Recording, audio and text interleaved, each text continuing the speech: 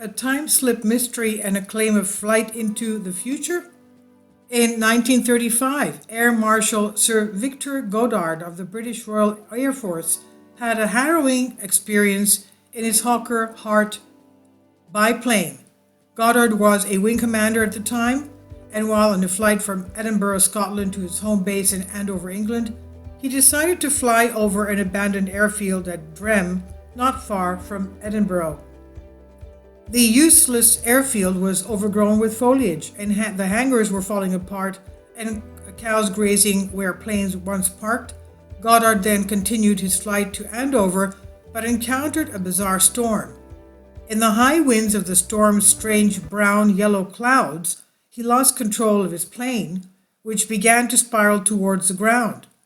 Narrowly averting the crash, Goddard found that his plane was headed back to Drem. As he approached the old airfield, the storm suddenly vanished, and Goddard's plane was now flying in brilliant sunshine. This time, as he flew over Drem airfield, it looked completely different. The hangars looked like new. There were 4 airplanes on the ground. 3 were familiar biplanes, but painted in an unfamiliar yellow. The 4th was a monoplane, which the RAF had none in 1935. The mechanics were dressed in blue overalls, which Goddard thought odd since the RAF mechanics dressed in brown overalls. Strange, too, that none of the mechanics seemed to notice him fly over. Leaving the area, he began encountering the storm, but managed to make his way back to Andover. The true mystery.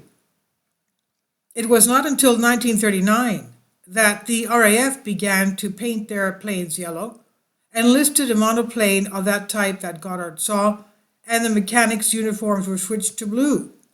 Had Goddard somehow flown 4 years into the future, then returned to his own time? The smirking airman. Goddard's first venture into the world of the unexplained involved a photograph, and in 1975, the 78-year-old retired Air Marshal Sir Victor Goddard published the story of a photograph that he kept for many years. It was a group photograph of his squadron. It was taken in early 1919 at the end of World War I and portrayed some 200 men and women who survived the fighting. It was an official RAF photograph. Nobody could have tampered with either the photograph or its negative at any time. When the photo was developed, it was placed on the squadron bulletin board so that those who wanted copies could sign up for them. There was one thing wrong, though. There was an extra face in the photograph, a face belonging to the late airman Freddie Jackson. Jackson was a mechanic who died by heedlessly walking into the spinning propeller 2 days before the squadron, which was to be disbanded, posed for the photo. In fact, his funeral took place on the day the squadron gathered for the photo. In the photo above, everyone is wearing a hat but Jackson.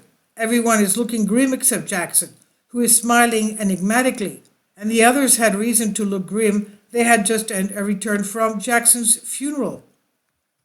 So is the face in the photo really that of Jackson's spirit?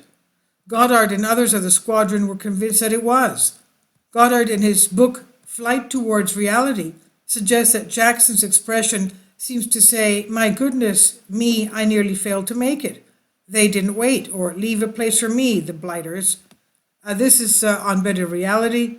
Please leave your comments, and thank you for your support. Kindly support my Patreon account. The daily posts are 5 videos daily, and they are totally different from what I have on my YouTube channel.